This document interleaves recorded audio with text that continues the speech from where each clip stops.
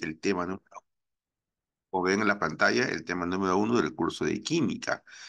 Este mes nos toca ver química, ¿no? Tenemos 3 clases de química, los 3 viernes, viernes 7, viernes 14 y viernes 21. No tenemos las 3 clases de química que vamos a trabajar tanto en la parte práctica como en la parte teórica. Primero hacemos la parte teórica, la explicación del tema, y en la segunda parte tenemos la parte de ejercicio, la parte práctica, la parte de evaluación. Ya creo que si alguno de repente estuvo antes, sabrá que hay una parte evaluativa que se hace con una lista de alumnos. Entonces les pido atención. Además de ello, imagino que todos ustedes ya tienen a la mano el material que se ha entregado. Entonces solamente queda pues la explicación del caso y la resolución del ejercicio que veremos en su momento, ¿no? Espero que ninguno pues esté con el material recién primera vez que lo ve, porque eso sería un poquito inconveniente para pues, la parte evaluativa. Bien, en química, señores, señoritas, hay muchos temas que pueden trabajar. Dado por el tiempo que tenemos 3 semanas, hablaremos de 3 temas básicos, fundamentales y comunes del curso de química que se usan como tema de evaluación en muchos exámenes, ya sea exámenes de admisión, ya sea exámenes de paso de curso, etcétera. El tema de materia, como dice la pantalla, es un tema muy genérico, muy básico, muy fundamental en el curso de química, y nace pues a raíz del concepto fundamental de ente de estudio. O sea, por ejemplo, si hablamos de cuál es el objeto del estudio de la biología, o sea, hablamos de la biología, por ejemplo, ¿qué estudia la biología? La biología estudia la vida, ¿no? La vida, ¿correcto? La vida. ¿Qué estudia la física, por ejemplo? El movimiento. ¿Qué estudia la zoología? Los animales. ¿Qué estudia la botánica? Las plantas. Y así, cada ciencia tiene un objeto o un punto de estudio genérico fundamental.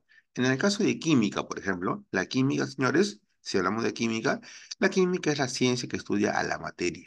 Por lo tanto, la materia es ese ente fundamental que es el objeto de estudio de todo lo que tiene que ver con la parte de la química. Bien, con esa introducción.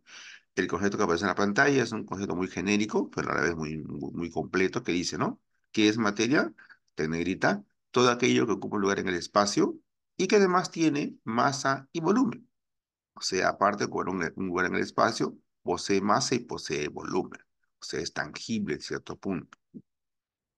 Dice además, por lo tanto, es lo que se puede observar y medir. Ojo con la palabra medir, ¿ya? Observar y medir.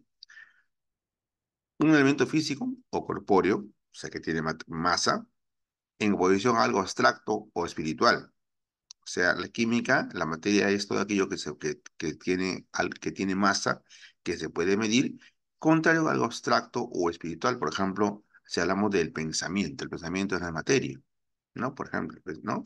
Las ideas no son materia, el amor no es materia, es algo abstracto. Pero si hablamos, por ejemplo, del humo, del aire, del agua, sí son materias. ¿Está bien? Bien, entonces vamos ahora a continuación a ver cuál es la forma como la materia puede dividirse, cómo es que la materia se puede dividir desde, desde porciones más grandes a porciones más pequeñas. De frente vamos al cuadrito. La materia puede dividirse de muchas maneras, dependiendo de qué es lo que se quiere conseguir, ¿no? Por ejemplo, un pedazo de materia cualquiera se le llama perdón, se le llama cuerpo. A un pedazo de materia cualquiera, sea grande o pequeño, se le llama porción de materia o cuerpo. Si este cuerpo quiere ser dividido en partículas más pequeñas, usamos medios mecánicos. Podemos cortar, podemos triturar, podemos moler y obtenemos las partículas, que son porciones de materia mucho más pequeñas que un cuerpo. Si esta partícula quiere ser dividida, usamos medios físicos, una disolución, por ejemplo, ¿no? Una disolución, sería un caso, una centrifugación, podría ser una evaporación, un tamizado, varios métodos físicos, y obtenemos las moléculas. Entonces, una partícula puede dividirse en moléculas usando medios físicos. Las moléculas, a su vez, usando medios químicos, se pueden dividir en átomos, ¿no? Seguimos dividiendo algo más chiquitito. Y los átomos, usando medios nucleares, obtenemos las partículas subatómicas, que son protones, neutrones y electrones. Hasta ahí podemos hablar de materia en forma genérica, pero ya actualmente y hace mucho tiempo existe la división de las partículas subatómicas. Quiere decir que esto que está acá al final último también se puede dividir. También se puede dividir. Dicen que se hace a través de medios cósmicos. La palabra no es correcta. La palabra es medios electrónicos, la verdad. Y la pregunta es, si una partícula es subatómica, yo lo divido, ¿qué obtengo? Bueno, esta acá arribita, ¿no? Se obtienen los quarks. Ahí están los quarks. Los quarks son esa última porción de materia que puede ser dividida, ¿no? Usando métodos científicos. ¿De acuerdo? Entonces, repito, esta última porción de materia llamada partícula subatómica que está acá al final del cuadrito, que puede ser protones, neutrones y electrones, puede dividirse usando medios electrónicos llamados cósmicos ribombrantemente y obtenemos los quarks. Los quarks son esas últimas porciones de materia que se pueden obtener de la división de la materia. Entonces ahí tenemos un cuadrito acá, en los cuales podemos ver cómo es que la materia puede dividirse desde porciones mucho más grandes a porciones sumamente pequeñas, prácticamente invisibles. Para obtener cada porción siguiente se usa un medio adecuado de división, ¿no? Mecánico, físico, químico, nuclear o electrónico, mal llamado cósmico, por si acaso. Veamos ahora la clasificación de la materia. ¿Cómo es que la materia puede clasificarse? ¿Qué tipos de materia existe? En forma genérica, porque se puede hablar de muchos detalles particulares, de muchos puntos intermedios, la materia puede dividirse en dos grandes grupos, las llamadas sustancias puras o sustancias y las mezclas. Repito, las sustancias puras o sustancias simplemente y las mezclas. Miren ese cuadrito. A su vez, las sustancias puras pueden ser elementos o compuestos y las mezclas pueden ser mezclas homogéneas o mezclas heterogéneas. Veamos cada una con detalle. El cuadrito está muy clarito, pero vamos a describirlo cada uno con detalle. Una sustancia pura puede dividirse, bueno, una pura o simple también es un tipo de materia que se caracteriza porque tiene el mismo tipo de partícula. Importante esto, mira. Una sustancia pura o sustancia simple se caracteriza porque tiene el mismo tipo de partícula. Fíjate que en la imagen, mira, acá todas las partículas son grises, acá todas las partículas son grises y rojas, son iguales toditas, sustancias puras, tanto en elemento como son sustancias puras. Por lo tanto, dice el texto, por lo tanto, tienen las mismas propiedades en todos sus puntos. Al tener el mismo tipo de partícula, tienen las mismas propiedades, características de las sustancias puras o sustancias simples, ¿correcto? Una sustancia pura o sustancia simple, a su vez, puede dividirse en dos grandes grupos. Creo que en el cuadrito ya estaba dicho, ¿no? Elemento y compuesto. Tenemos los elementos, que son un tipo de materia que ya no puede dividirse por medios químicos, y además se caracteriza porque esta materia tiene un solo tipo de átomo, presenta un solo tipo de átomo y además se representan mediante símbolos. Un elemento tiene el mismo tipo de átomo y además se representan mediante símbolos. ¿Dónde encontramos los elementos químicos? En la tabla periódica. Ahí en la pantalla tenemos cuatro ejemplos. El mercurio de símbolo Hg es un elemento monoatómico. El oxígeno de símbolo O, O2 es un elemento diatómico. El fierro de símbolo Fe es un elemento monoatómico. Y el fósforo de símbolo P, P4 en este caso, es un elemento tetratómico.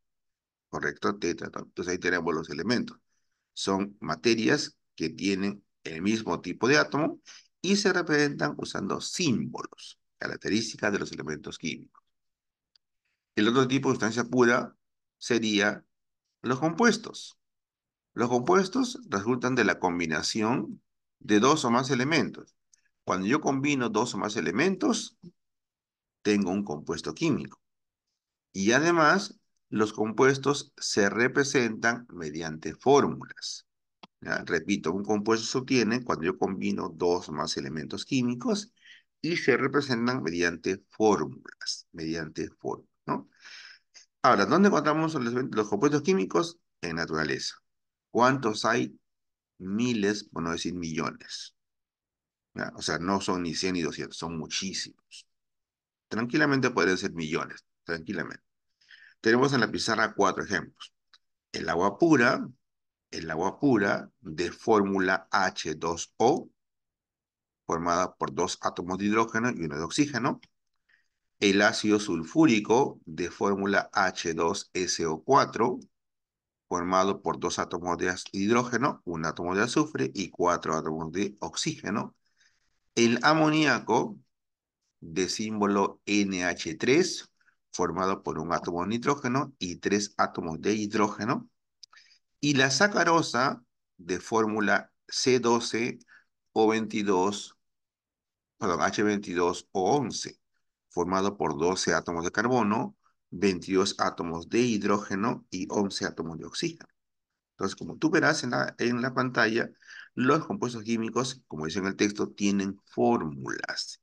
Y en las fórmulas se ve qué elementos químicos han contribuido a que este compuesto exista. En el caso del amoníaco, por ejemplo, se obtuvo de la unión de un átomo de nitrógeno con tres átomos de hidrógeno. Y tenemos la fórmula NH3.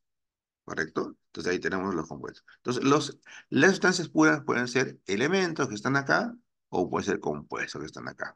Elementos o compuestos son sustancias puras o sustancias simples. ¿Correcto? O sustancias simples, perdón. No sé por qué se bajó hasta. Ya está. Lo otro son las mezclas. Las mezclas, como dice acá, son sistemas materiales que resultan de la unión de dos o más sustancias simples. Cuando yo reúno dos o más sustancias simples, obtengo una mezcla.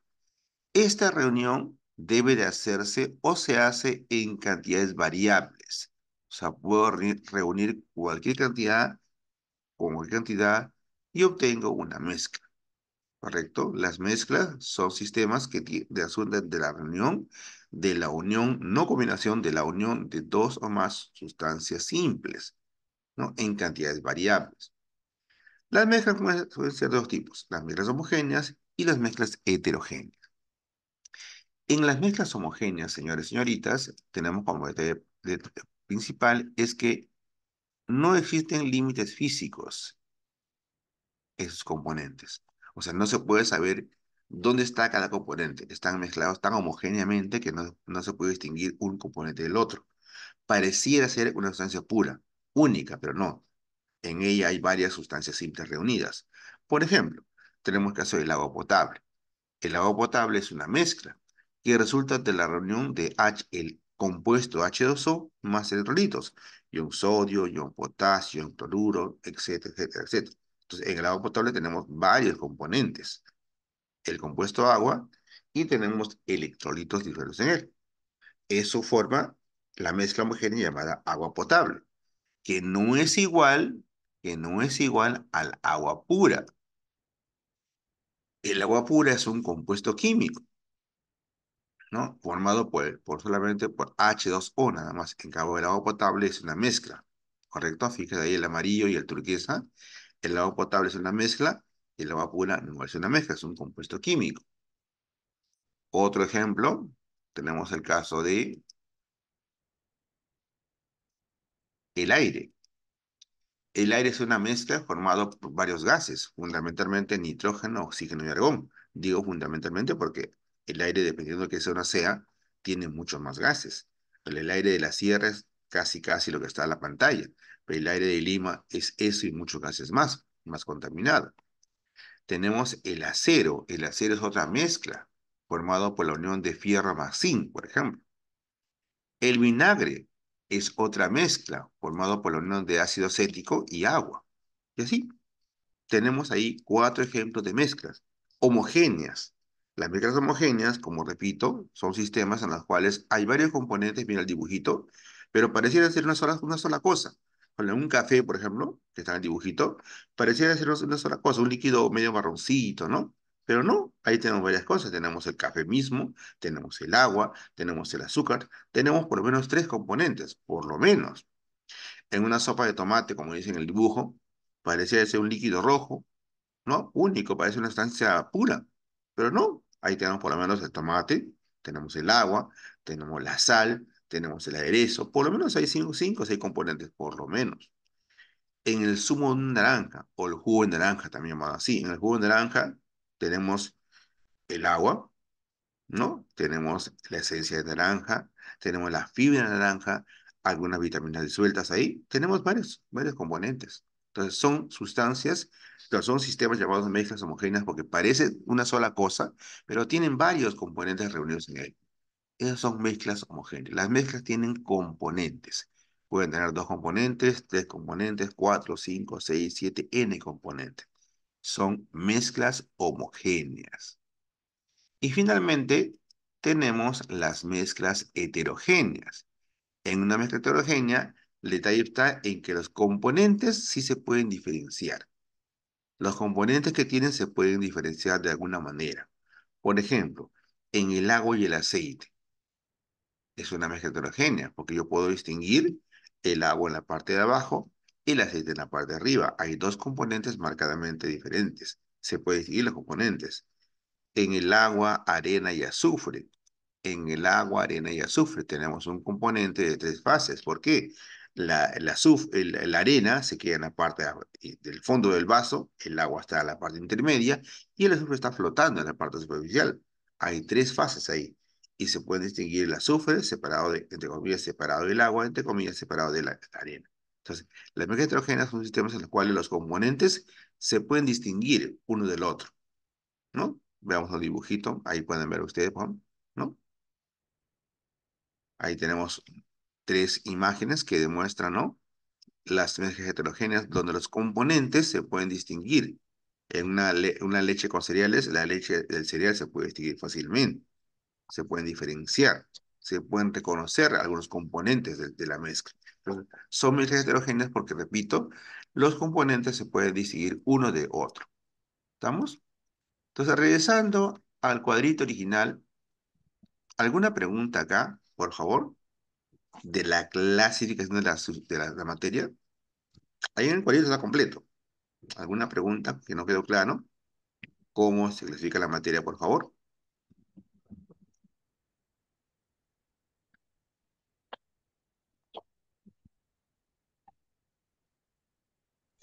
Profesor, una pregunta. Sí, la escucho. ¿Y en la homogénea, el proceso de la sopa de tomate, el tomate no pasa por otro proceso y no tiene más ingredientes? Eh, para empezar, una mezcla homogénea es un sistema que tiene varios componentes. Tres, cuatro, cinco, seis. En la sopa de tomate, por ejemplo, evidentemente es una mezcla homogénea. ¿Por qué? ¿Es homogénea por qué? Porque es un líquido rojo, que parece ser una sola cosa, pero no es una sola cosa, es la reunión de varias cositas. ¿Qué está ahí? El tomate, para empezar, el agua. Si es una sopa de tomates, el agua, el tomate, la sal, el condimento, el aderezo, o sea, tiene varias cositas. Entonces, definitivamente es Ah, una ya. mezcla. ¿Ya? O sea, acá, No, acá la sí. idea, acá la idea es reconocer si es mezcla o no es mezcla. Esa es la idea, ¿no? Ah, sí, sí. Es una cosa que tiene varias Varios fases de componentes. preparación o algo así, ¿no? Varios componentes, en realidad. Ya. ¿Alguna otra pregunta, por favor? La explicación de la materia. ¿Y en la heterogénea, profesor, es lo mismo? No, en la heterogénea yo puedo ver los componentes separados. Por ejemplo, si hablamos de sopa de tomate, si yo pudiera ver la sopa de tomate, el tomate arriba, el agua abajo, la sal más abajito, el aderezo a la derecha, el condimento a la izquierda, sería heterogénea. Yo podría ver los componentes uno del otro diferenciados. Esa es heterogénea.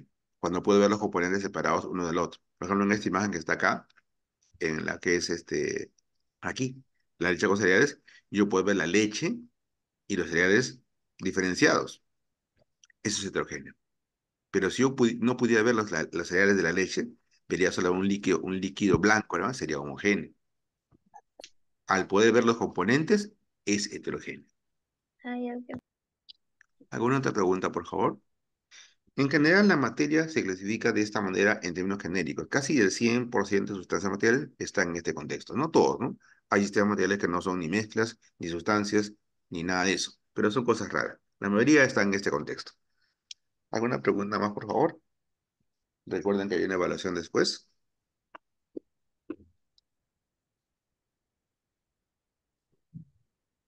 Bueno, sigamos. Entonces, ya vimos lo que es la clasificación de la materia, los tipos de materia que vamos a encontrar. Repito, tenemos elementos que tienen símbolo, compuestos que tienen fórmula, mezclas que pueden ser homogéneas o mezclas heterogéneas.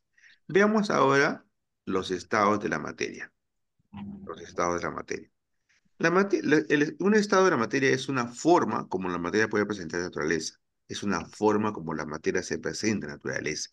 Y la forma de la materia depende de dos factores. Un factor interno llamado fuerzas intermoleculares y un factor externo llamado presión y temperatura. O sea, dependiendo cómo son estos factores, repito, Cuéntame.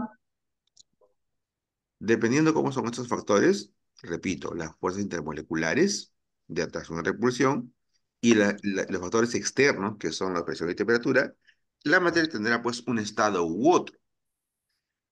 Los estados de la materia, según los científicos rusos, son cinco. Bueno, los rusos siempre están ahí dando que hablar de la ciencia, ¿no? Según los norteamericanos de los cuales nosotros nos guiamos, perdón, según los científicos norteamericanos de los cuales nosotros nos guiamos, la materia tiene cuatro estados. Los tres primeros son fundamentales y los conocemos muy bien: el estado sólido, el estado líquido, el estado gaseoso. El estado sólido se caracteriza por lo siguiente. Número uno, la forma y el volumen son definidos, están determinados. Un sólido tiene forma y volumen definido. Su forma es tal y su volumen es tal. Es exacto, no cambia. ¿Y esto por qué? Porque la fuerza de atracción entre las partículas del cuerpo es mucho más grande que la fuerza de repulsión. Las partículas quieren estar unidas. Por eso la forma y el volumen son definidos. Característica de un sólido. Repito, tiene forma y volumen definido, exacto, porque la fuerza de atracción es mucho más grande que la fuerza de repulsión. Las partículas quieren estar unidas, juntas.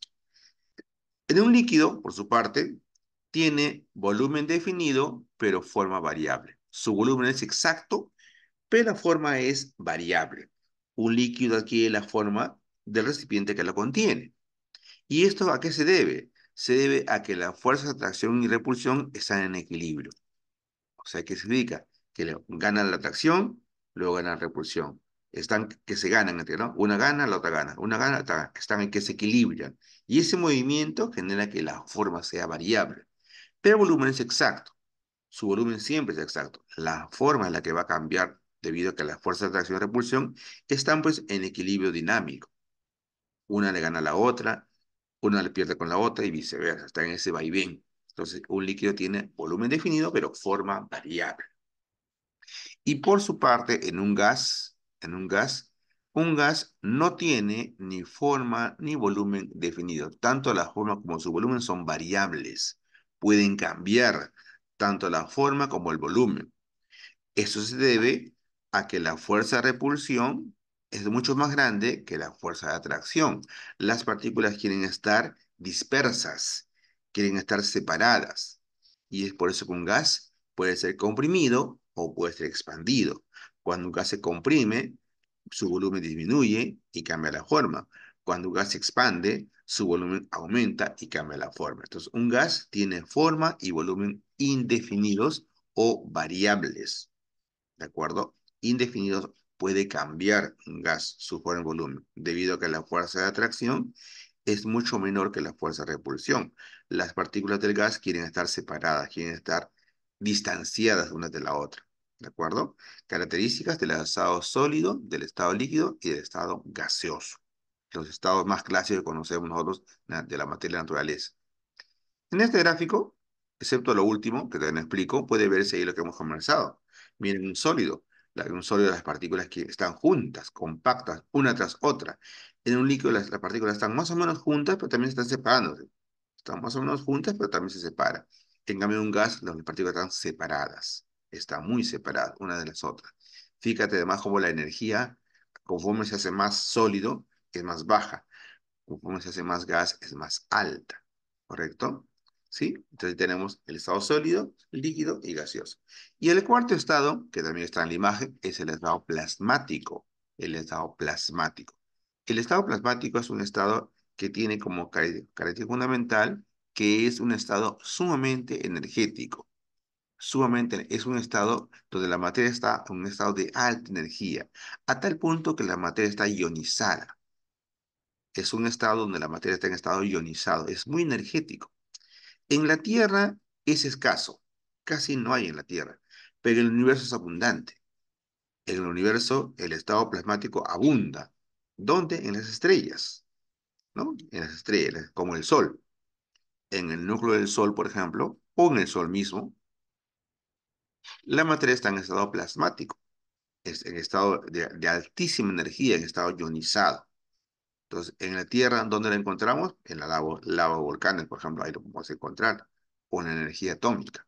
Pero en el universo, en cambio, es algo abundante. Dado que en la Tierra es un estado escaso, que casi no hay, es por eso que usualmente no se le estudia. Pero el estado plasmático, como está en la imagen, es un estado muy particular, que como tú verás, no tiene casi nada que ver con el estado sólido, líquido y gaseoso. Es un estado muy particular, muy especial, que repito, en la Tierra casi no lo encontramos, pero en naturaleza está en estado abundante en las estrellas, en el Sol, en todas las estrellas que encontramos en el universo. Miriam, dime. Miriam, levantaste la mano, dime. No, Ah, nada, profe, disculpe. ya, ok. Bien, chicos, entonces, dado que Miriam levantó la mano, ¿alguna pregunta del estado de la materia, por favor? A ver, ahí están las características que hemos mencionado. Dirán ustedes, profesor, pero si ya lo sabía de primaria, lo sabía. Puede ser que no, pero lo sabíamos de primaria, pero no está de más repasarlo. Ah, perdón, me equivoqué. ¿Alguna pregunta al estado de la materia, por favor? Para repetir, ¿alguna característica o propiedad? ¿Está clarísimo cuál es Profesor, cuál? Sí, le escucho. si una materia es dividida, ¿esa división tiene algún nombre? Por ejemplo, si algo se divide, alguna composición puede llamarse como el átomo. Ya. Y eso ya lo vimos hace un rato, pero igual lo voy a regresar, no tengo ningún problema. La materia puede dividirse y cada porción de partícula obtenida tiene un nombre. Acá está, mira. Ve. Por ejemplo, si yo una molécula yo divido, obtengo átomos. Si una partícula lo divido, obtengo las moléculas. Si un átomo yo lo divido, obtengo los protones, neutrones y electrones. Si un protón, neutrón o electrón yo lo divido, obtengo los quarks. Entonces, cada porción de materia que se obtiene tiene un nombre, tiene una característica, tiene una propiedad y también tiene pues un uso, una utilidad. Pero evidentemente esta división tiene un límite, o sea, no puedo dividir de manera infinita, no hay un límite de división que la ciencia ha llegado, que en este caso se llaman los quarks. Los quarks son las últimas porciones de materia que se pueden obtener por división de la materia, ¿correcto? Correcto, profesor. ¿Alguna otra pregunta de los estados de la materia, por favor? Usemos esta imagen para poder preguntarnos.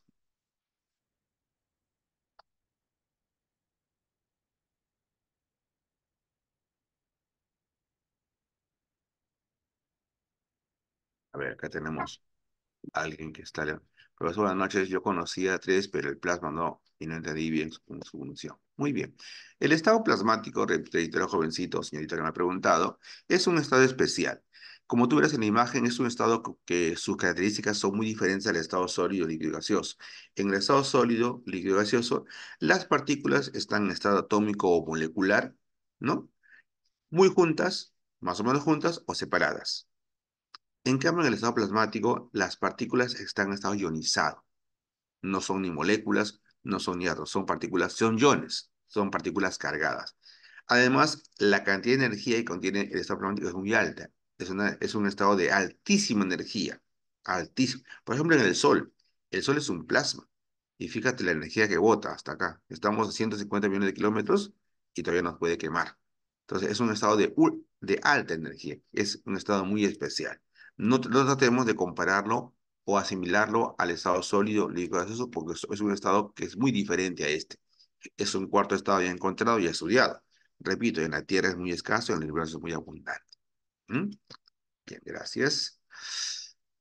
Bien, sigamos. Como dice en el subtítulo, la materia, los tres estados fundamentales, pueden cambiarse uno tras otro, ¿no? Los estados de la materia pueden intercambiarse, pueden convertir un sólido en un líquido y viceversa, ¿no es cierto? A eso se le llama, señores, cambios de estados de la materia y lo veamos con esta imagen que está acá. Ahí está. En ese cuadrito podemos ver cómo la materia puede cambiar de uno a otro estado y cómo se llama este proceso. Por ejemplo, si yo agarro un sólido y lo caliento, lo fundo. La fusión es el paso del estado sólido al estado líquido. Cuando yo agarro un sólido y lo caliento, lo fundo. La fusión es el paso del estado sólido al estado líquido. Si un líquido yo lo caliento aún más, lo vaporizo y paso del estado líquido al estado gaseoso. Repito, si un líquido yo lo caliento aún mucho más todavía, lo vaporizo. Vaporización es el paso del estado líquido al estado sólido. Lo inverso, si un gas yo lo enfrío adecuadamente, lo condenso. Al condensarlo, lo convierto en líquido. ¿Qué es condensación? El paso del estado gaseoso al estado líquido. Si un líquido yo lo sigo enfriando aún mucho más, lo solidifico y lo convierto en un sólido. ¿Qué es solidificación? El paso del estado líquido al estado sólido. En consecuencia, la fusión es lo inverso de la solidificación. La vaporización es lo inverso de la condensación. Hay un proceso que también es bastante conocido, que es el paso del estado sólido al estado gaseoso directamente, sin pasar por el estado líquido. Yo un sólido puedo convertir de frente a un gas. Eso se llama sublimación directa o sublimación. Según ustedes ha conocido o conoce la naftalina, que ya no se usa por si acaso, o han conocido de repente en su niñez, sus padres o abuelos han usado naftalina porque no se usa hace mucho tiempo. La naftalina son unas bolitas blancas que se compra para espantar la polilla en los roperos, ¿no? Es un tratamiento antiguo que se usaba, ¿no? Esas bolitas blancas se colocaban en el ropero y después de unos días la bolita desaparecía, pero había un aroma muy particular. Esas bolitas se sublimaban. De sólido pasaban a gas automáticamente, eran sublimables. El paso inverso, pasar de un gas a un sólido, es un poco raro. Se puede hacer, pero es un poco raro. Se le llama sublimación inversa. De tal manera que, vean ustedes el color de la flecha, ¿no? La flecha azul indica aumento de temperatura y la flecha roja indica disminución de temperatura. Si yo voy de izquierda a derecha, tengo que aumentar la temperatura. Y si voy de derecha a izquierda en la imagen, tengo que bajar la temperatura. De esa manera, variando la presión y la temperatura, no solamente la temperatura, sino la presión y la temperatura, puedo cambiar un cuerpo de un estado a otro. Y ahí en la imagen están los nombres que tiene cada proceso: fusión, vaporización, condensación, solidificación y sublimación. La última, sublimación inversa, vamos a obviarla porque no es muy común. Pero bueno, ahí está en la imagen. Entonces ahí tenemos, señores, los nombres, ¿no? Cómo se llaman los procesos por los cuales la materia puede cambiar de un estado u otro. ¿Alguna pregunta acá, por favor?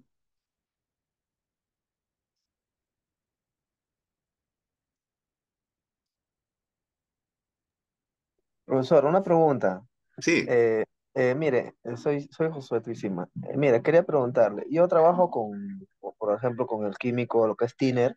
ya. Entonces, eso también pierde su fuerza y se vuelve agua.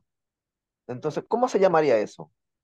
Ya, el tiner es parecido al alcohol, es volátil. Conforme usted, me imagino que usted es pintor, ¿no? Sí, claro.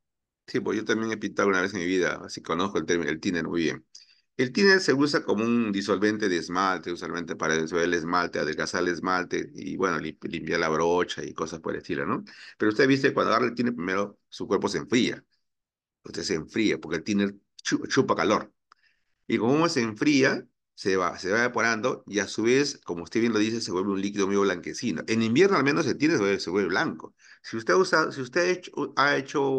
ha pintado con DD o con laca piroxilina, habrá visto que cuando usted usa esa laca y no la hace muy rápido, se pone blanco la madera. Entonces, es un líquido que es volátil, volátil. Tiene que ver con el proceso de vaporización. ¿Ya? Tiene que ver con ese proceso. ¿Ya? No es lo mismo, pero está metido en ese concepto. Y gracias a usted, jovencito, voy a hacer preguntas, porque, bueno, antes de eso, ¿alguien más tiene otra pregunta? Si no, para yo hacerla, porque acá el joven me ha dado pie, aunque yo también pensaba hacerlo, ¿no? Hacer un par de preguntas al respecto. Joven, encima, acabando la respuesta, el tiner es volátil, ¿ya? Por eso se volatiliza. ¿Alguna pregunta más, por favor, de alguno de ustedes? Es como el esmalte de uñas, profesor. El esmalte de uñas es la acetona. La acetona es un líquido, es un disolvente. Más que el thinner eh, es un disolvente de adelgazamiento. En cambio, la acetona es un disolvente de condensación. Bueno, voy a tratar de no entrar mucho en tecnicismos, pero con el tinte se usa para agarrar el esmalte, adelgazarlo, hacerlo más delgado y poder usarlo para pintar pues, con rodillo o con brocha, porque la pintura con rodillo no es igual. Cada uno es diferente, tiene diferente grosor con textura. En cambio, el esmalte de uñas es diferente. En el esmalte de uñas, la acetona se usa para limpiar el esmalte de las uñas y volver a pintar con otro color. Entonces, ahí lo que hace la acetona es hace que la pintura del esmalte que estaba seca en la uña se vuelva líquida y al pasar la esponjita pueda salir. Pero igual que el thinner, también enfría, también es volátil. Si usted ha usado acetona, bueno, que quiero que la ha usado usted, señorita, habrá visto cómo sus uñas o sus dedos comienzan a enfriarse ligeramente. Es debido a la volatilización de la acetona. Parecido, parecido. Otra pregunta, por favor.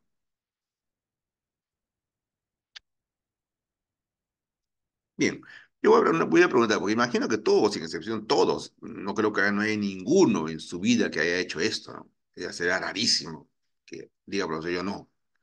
Imagino que todos alguna vez hemos preparado nuestra taza de café, ya sea en la hervidora, ya sea en la olla, ya sea en la tetera, ¿no? Entonces, y habrán visto ustedes cómo cuando yo caliento el agua primero comienza a evaporarse, luego comienza a ebullir y finalmente vaporiza. Pregunta, ¿qué diferencia hay entre evaporación, ebullición y vaporización? Ustedes la han visto alguna vez. Si tienen hervidores o tienen teteras, ahí en la imagen puede verse también inclusive, ¿no? Como está ahí algo parecido, ¿no? Entonces, ¿qué ha pasado? ¿Qué diferente hay entre ebullición y evaporación? Profesor, disculpa, Dígame. buenas noches. Buenas noches. La diferencia en lo que tú dices, la evaporación con la ebullición, eh, ¿cuál es ahí ese? O sea, porque yo lo único que sé es que la evaporación es cuando el agua empieza a hervir y cada vez que va hirviendo el agua y va evaporándose, el agua tiene la propiedad de ir disminuyéndose. ¿Por qué? Porque se está evaporando y toda esa evaporación se bota por un tema de un gas que es que viene a ser el vapor, ¿no?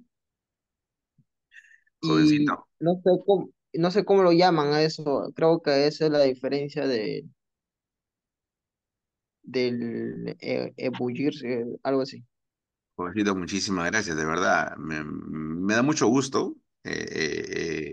Voy a usar la palabra osadía, que no es correcta. La osadía de su Ujú. parte. Me da mucho gusto, de verdad, sinceramente, porque yo esperaba que se quedaran callados, ¿no?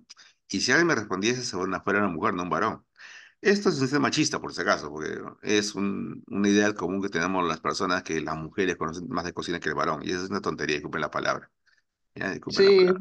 Entonces, le agradezco su osadía porque ha sido usted muy osado en responderme y la verdad valoro mucho su valentía, ¿no? Porque usted me da una respuesta correcta pero con otras palabras. No ha tenido las palabras sí, adecuadas, pero vamos a usar sí. sus términos de usted para explicarlo un poquito. Usando sus palabras del Ya, jovencito, profesor, gracias. que me ha hablado, muchas gracias, de verdad, jovencito. Este, cuando yo comienzo a calentar un líquido en una olla, tetera o hervidor y me pongo a observar el proceso, cosa que nadie hace, por supuesto, pero si pudiera hacerlo, vería cómo al comienzo las partículas de encima del líquido, de la parte superficial, comienzan a pasar a estado gaseoso. Hay un humito que sale, poquito a poco, humito. En ese momento, cuando pasa eso, que solamente la parte de arriba está pasando al estado gaseoso, un humito bien ligerito, un humito chiquito, apenas se percibe el humito, se está evaporando. Eso se llama evaporación. Es un parecido a la volatilización del alcohol. Si agarro el alcohol, lo echo en la mano y agito la mano, se volatiliza. Volatilizarse es algo muy parecido a la evaporación. Pero si este líquido yo lo estoy calentando aún más, voy a ver cómo de la parte de abajo comienzan a salir unas burbujas. De la parte de abajo sale un burbujeo. Y el líquido comienza a como que quiere reventar el envase. Está ebulliendo. Ahí está ebulliendo. Ah, eso es el Y la, ebulliendo. y la suma de ambos procesos, la evaporación inicial y la ebullición final, la suma de todo ello se llama vaporización. Cuando el líquido comienza en la parte de abajo a botar burbujas, como que quiere explotar el envase, está ebulliendo. Por eso, Ebulliendo.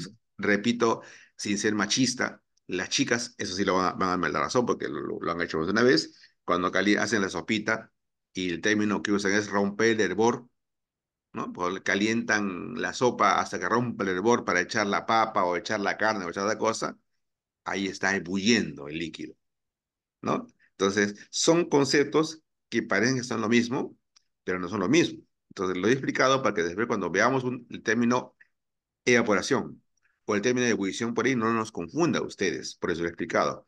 Otra pregunta que también quiero hacer.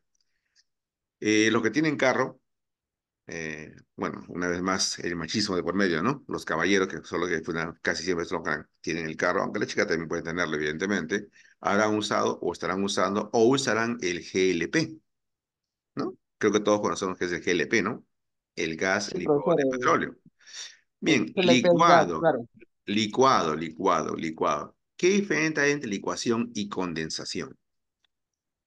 Condensar y licuar o licuación, ¿es lo mismo? Mm, no, profesor. ¿Cuál es la diferencia?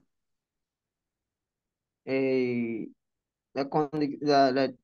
¿cómo dices que la eh, Condensación o licuación. condensa- condensación con el licuado, Licuación. licuación? Mm, porque no sé cómo responderte, profesor, no encuentro la palabra ¿Alguna adecuada. otra persona que quisiera colaborar, por favor? Solo joven, cómo se apellida usted? ¿Cuál es su apellido? Pisango, profesor. Ya, joven Pizango, muchísimas gracias. ¿Alguna persona más quiere colaborar aparte de joven Pizango? Más que nada los caballeros que tienen carro. No, también, también las señoritas, porque también en el gas de cocina, que viene en la bombona, para que conozcamos, ¿no? En el balón de gas, nada de bombona, es un gas licuado también. Ya, el término licuación, señores, y condensación es prácticamente el mismo. Hay una diferencia, sí, pero es muy sutil. Para nosotros, en esta clase y en adelante, licuación y condensación van a ser sinónimos. O sea, si condensación es el paso del estado gaseoso al estado líquido, licuación va a ser lo mismo. En el caso del GLP, ¿qué ha pasado? El gas que se usa para el motor del carro este ha sido sometido a alta presión y en el balón está en estado líquido. Las chicas o los caballeros que están en la cocina una vez más habrán visto cuando colocan el balón de gas en la cocina y ustedes mueven el balón, hay un líquido adentro, no hay un gas. Es que ahí el gas está licuado, no está gas. Cuando abrimos la llave del balón y cambia la presión, sale el líquido y se convierte en gas. Es porque el gas se ha licuado ahí, se ha convertido en líquido. ¿Ya? Entonces, repito, para nosotros, en esta clase y en los siguientes, condensación y licuación son lo mismo. Bien, aquí hay muchas preguntas que se pueden hacer. Me hubiera gustado que ustedes la hagan y no la haga yo, pero bueno, ya me imagino que en el tiempo que estemos trabajando, esperemos que despierten su curiosidad a ustedes y les hagan, ¿no? Porque son cosas que en la vida diaria está presente, ¿no? Y así como el joven Tuisima que habló de su trabajo y cosas, pues sí, lo que podría haber mencionado. Bien, finalmente, veamos el tema que falta para acabar la carga teórica, es los cambios o fenómenos de la materia. La materia, señores, no es perenne en el tiempo. La materia no es eterna, la materia es cambiante. La materia está cambiando constantemente de forma, tamaño, color, etcétera. Ustedes mismos, si tienen más de 20 años ahorita, voy a inventar, imaginemos que usted tiene 23 años en este momento, hace 15 años usted era diferente. Tenía otro tamaño, otra contextura, otra forma, ¿no? Otras características que ahora no las tiene. Ha cambiado usted. Si usted agarra, y usted es, por ejemplo, carpintero, y agarra un pedazo de madera, y comienza a procesarlo, esa madera después se convierte en una banda. Está cambiando. ¿no? Y así, en lo que haga. Entonces, la materia no es perenne en el tiempo, la materia es cambiante. La materia, señores, puede cambiar de cuatro formas diferentes. Puede cambiar mediante fenómenos físicos, fenómenos químicos, fenómenos transmutativos y fenómenos nucleares. De estos cuatro tipos de cambios, los primeros son los más importantes y veremos a continuación esos. Los cambios físicos o fenómenos físicos son aquellos cambios que se caracterizan porque la materia cambia de manera externa, cambia por fuera, pero por dentro sigue siendo lo mismo. Es un cambio parcial, es un cambio parcial. La materia cambia por fuera, pero por dentro es lo mismo. Por ejemplo, cuando un papel cae, estaba arriba, luego está abajo. Ha cambiado de posición, pero sigue siendo papel. Cortar un papel, cambia el tamaño, papel grande, papel chiquito, pero sigue siendo papel. La refracción de la luz, fíjate el lápiz, pareciera que se ha partido en dos, pero no, es el mismo lápiz. Doblar un clavo, cambia la forma, pero sigue siendo clavo. El arco iris es la difracción de la luz, pero sigue siendo la luz, no ha cambiado. Difractada, pero sigue la luz. Son fenómenos físicos, cambios físicos. A estos se pueden sumar muchísimos más. Por ejemplo, vamos a imaginar que usted llega a casa en la mañana, usted trabaja en la mañana, ¿no? Vamos a ver que usted trabaja en la mañana, llega a casa a la 1 de la tarde, 2:30 del día, llega a la casa usted, y vamos a imaginar que usted es soltera o es soltero, y todavía mamá y papá, mamá todavía la apoya con la comida. Vamos a imaginar, ¿no? Llega usted, mamá, buenas tardes, ¿qué has cocinado, mamá? Tengo hambre. Mamá ese día peleó con papá y te contesta, ay, no molestes, no cocina nada. Y de verdad no cocina nada. Tú te mueres de hambre. ¿Qué haces? Uy, Dios mío, ¿cocinar? No, ya muy tarde cocinar, me muero de hambre. Ah, caballero, voy a la refri, encuentro plátano, manzana, papaya, tuna, etcétera, fresas. Agarro, lo lavo, pim, pim, pim, pum, ensalada de frutas. Me preparé una ensalada de frutas. Papaya entera, papaya cortada, sigue siendo papaya. Plátano entero, plato cortado. La fruta sigue siendo la misma. Ha cambiado la forma y el aspecto. Si le eché un poquito de yogur, ya cambió el aspecto. Pero sigue siendo fruta. Prepararse una ensalada de fruta es un cambio físico, ¿no? Y así tenemos el sábado, ¿cómo llaman eso? Bueno, le llamaban quino, no sé cómo se llama ahora, la verdad. Antes le llamaban quino, o sea, un quinceañero, ¿no? Tengo un quinceañero el sábado y la señorita pues quiere ir pues con el último peinado de la moda, ¿no? Entra a la peluquería, lacia y sale crespita. Cabello lacio, cabello rizado, cambio de forma, pero sigue siendo cabello, cambio físico. Y así hay muchos más ejemplos que podemos dar, evidentemente, ustedes. El otro cambio es el cambio químico. Es aquel cambio donde la materia cambia prácticamente completamente. Ya deja de ser lo que era. El cambio químico es aquel en el cual la materia cambia completamente. Ya no es lo mismo. Ha cambiado todo, por dentro y por fuera, cambió todito. Por ejemplo, en la fotosíntesis, el agua líquida ingresa por la raíz, el CO2 es tomado del aire y usando el agua líquida con el CO2 obtenemos glucosa. La glucosa es una cosa muy diferente al agua y al CO2. La respiración. Cuando yo aspiro oxígeno del medio ambiente y viene a mis pulmones, mi hemoglobina captura ese oxígeno y forma la oxihemoglobina o sangre arterial. La oxihemoglobina no es lo mismo que el oxígeno, son cosas diferentes. A mí el oxígeno no me sirve. Lo que me sirve es la oxihemoglobina. Es lo que llega a mis tejidos y ahí la oxihemoglobina suelta el oxígeno como oxígeno diatómico y lo utilizo. Pero el oxígeno de frente, el aire a mis tejidos no llega. Encender un motor, lo que se llama la combustión. Hay una combustión ahí, una pequeña explosión, combustiona. Todas las reacciones químicas, evidentemente. Dejando de lado el dibujito que está en la pantalla. Otro ejemplo de cambios químicos. Vamos a imaginar que me compro una nueva casa o departamento. Puede ser, ¿no? Con un tiempito, o ya lo hice de repente, ¿no? Tengo mi nuevo departamento, chévere, todo nuevecito, ¿no? Y me dan pues la ventana, la reja, bien nuevecita, blanquita de fierro, ¿no? De metal, fierro. El fierro nuevecito es plateado, es liso, bonito, ¿no? Brilla, ¿no? Pero vamos a imaginar que pasa un tiempo Por flojera o me olvidé, no lo pinto mi reja, no lo pinto mi ventana. ¿Qué pasa con la reja? ¿Qué le pasa? Se oxida. Se oxida. La oxidación es un cambio químico, porque una cosa era el metal plateado brillante inicial y otra cosa es el óxido. El óxido es un polvito medio marrón oscuro que se cae, sí o no. Hay una corrosión, hay una oxidación, un fenómeno químico, ¿no es cierto? ¿No? Por ejemplo, si yo, vamos de nuevo a la comida, a la cocina, ¿no? Una vez más llegué, mamá no ha cocinado, y como yo sé cocinar, vaya, no cocino, no hay problema. Yo sé cocinar, agarro, pum, agarro mi carnecita, lo corto, lo aderezo, la sartén, un pequeño bistec, papita frita, arroz, chévere, mi ensalada de lechuga, de tomate, bacán. Tranquilo como mi comidita. Me frío un pedazo de carne. Freír ese pedazo de carne es un fenómeno químico, porque no es lo mismo la carne cruda que la carne cocida. Tiene diferente contextura y estructura. Parece lo mismo, pero no es lo mismo. A ver, come tu carne cruda, a ver si vas a poder digerirlo. No, no vas a poder digerirlo.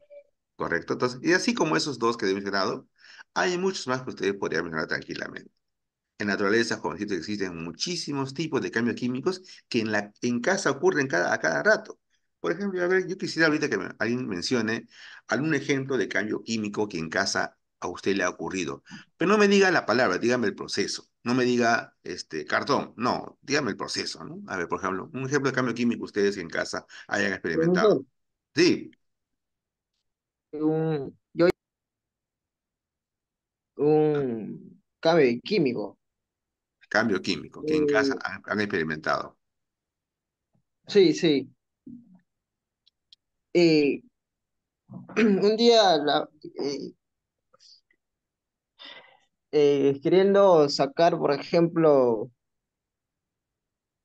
mm, un óxido de una hornilla, de una cocina. ¿Ya? eh, por ejemplo, en YouTube, ¿no? En TikTok, ahora que se ve a veces tutoriales así, que el vinagre con el, Qué buenato. con el bicarbonato se convierte en un químico, ¿no? Que tiene la propiedad de sacar al óxido. Y Ujú. también, hasta también me acuerdo que le metí, por ejemplo, 3 limones. Ya, muy Tres bien. limones, 3 limones y un chorro de detergente Líquido. perdón, de lavavajilla. Ujú. Está bien, muy Y, bien. y hizo un cambio de químico. Entró varios, ¿cómo te puedo decir? Entró varios químicos, podría decir, Ujú. Está bien, está bien. Está ¿no? bien, está bien. Está bien. A ver, el joven, Profesor, un ratito, dame un segundo para terminar de explicarle al joven hablado. El joven me está hablando de una corrosión inversa, o sea, sacar el óxido de un metal usando algún tipo de reactivo químico es un proceso de corrosión inversa, es un ejemplo de cambio químico, porque ahí lo que estamos logrando que el metal interno, porque lo que estamos haciendo, estamos sacando una capa externa de metal corroído para que el metal interno aparezca, limpiando el metal del óxido, por supuesto. Ha habido un proceso químico, evidentemente, porque una cosa era el envase, la sartén, la olla corroída, y la otra era la olla, la sartén, pues limpia, ¿no? En ese caso se pueden usar muchos reactivos químicos. El joven ha mencionado dos o tres de ellos. Pero como ejemplo también le puedo decir a ustedes también la Coca-Cola.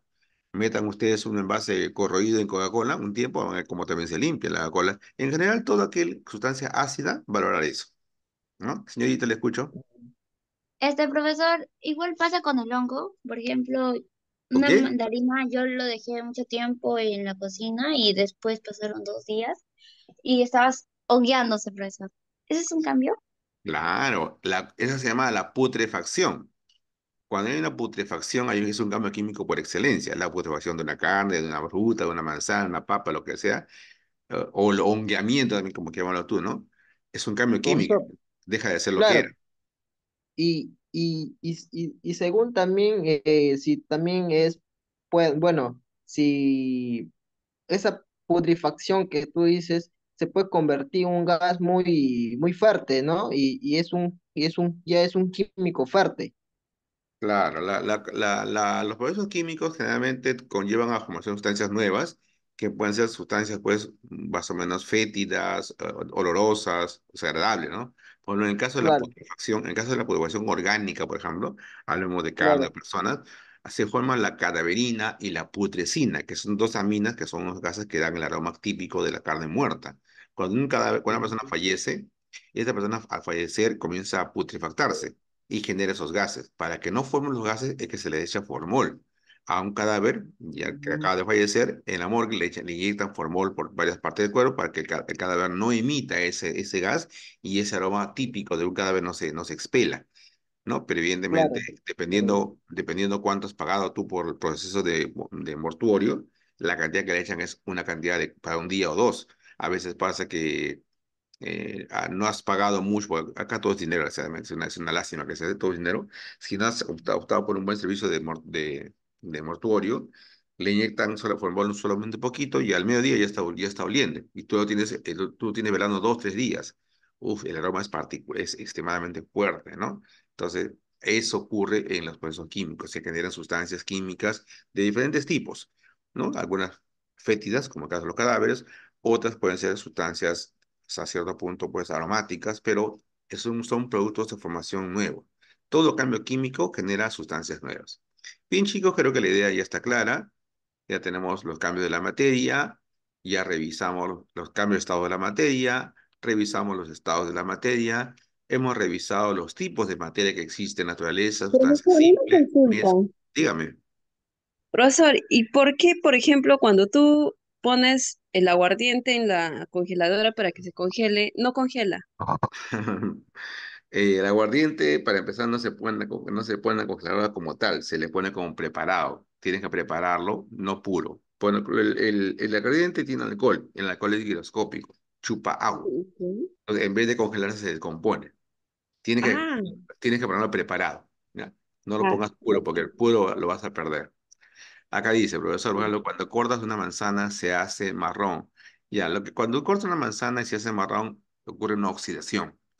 O igual pasa con la palta. La palta tú lo cortas la casa al día siguiente, se vuelve negro. Es porque hay una oxidación. El oxígeno realmente lo oxida esa capa superficial y eso genera pues, la parte marrón. Es un cambio químico por excelencia. Evidentemente, para poder usarse la manzana o la palta hay que cortar un pedacito de la capita que se ha vuelto negro para poder ser usada. Hay trucos que se pueden emplear para que esto no ocurra, ¿no? Hay trucos que en la cocina moderna ya existen. Por ejemplo, si mal no recuerdo, para el caso de la palta, me acuerdo en ese momento, ponerlo en agua con algo, no me acuerdo, era agua con aceite, o que me parece, agua con aceite, y pedía que esto ocurriese con la palta. Pero como dice Miriam López, cuando ocurre eso del marrón en la manzana es porque se ha oxidado la manzana. Chicos, nos queda todavía el tiempo de práctica. No, acá está el ejercicio. Ahí está. Cuando hagamos esta parte del ejercicio que está aquí, en esta parte de aquí, vamos a ver más preguntas. Ahí. Está para resolver todo eso. Cuando veamos esto, vamos a hacer más preguntas, vamos a ver y vamos a hablar un poquito más de lo que hemos trabajado. Por ahorita tenemos un descansito de, bueno, 18 minutos, nada más, porque hemos pasado 2 minutos.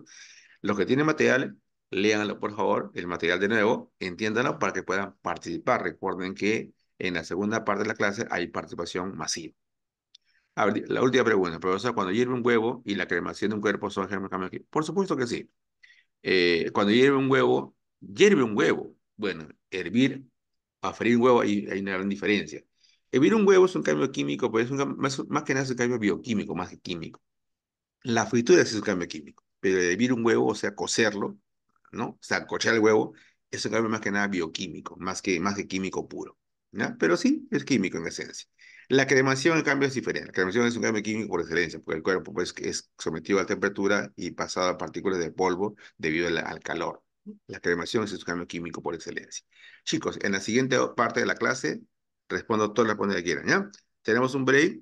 8:40 regresamos, por favor, para ver la parte práctica. Hasta más ratito. ok, profesor.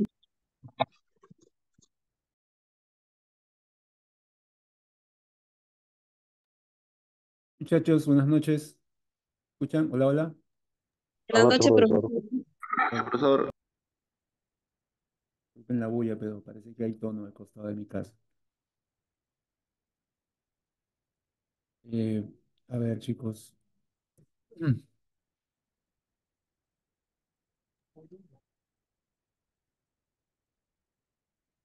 Segundo, por favor.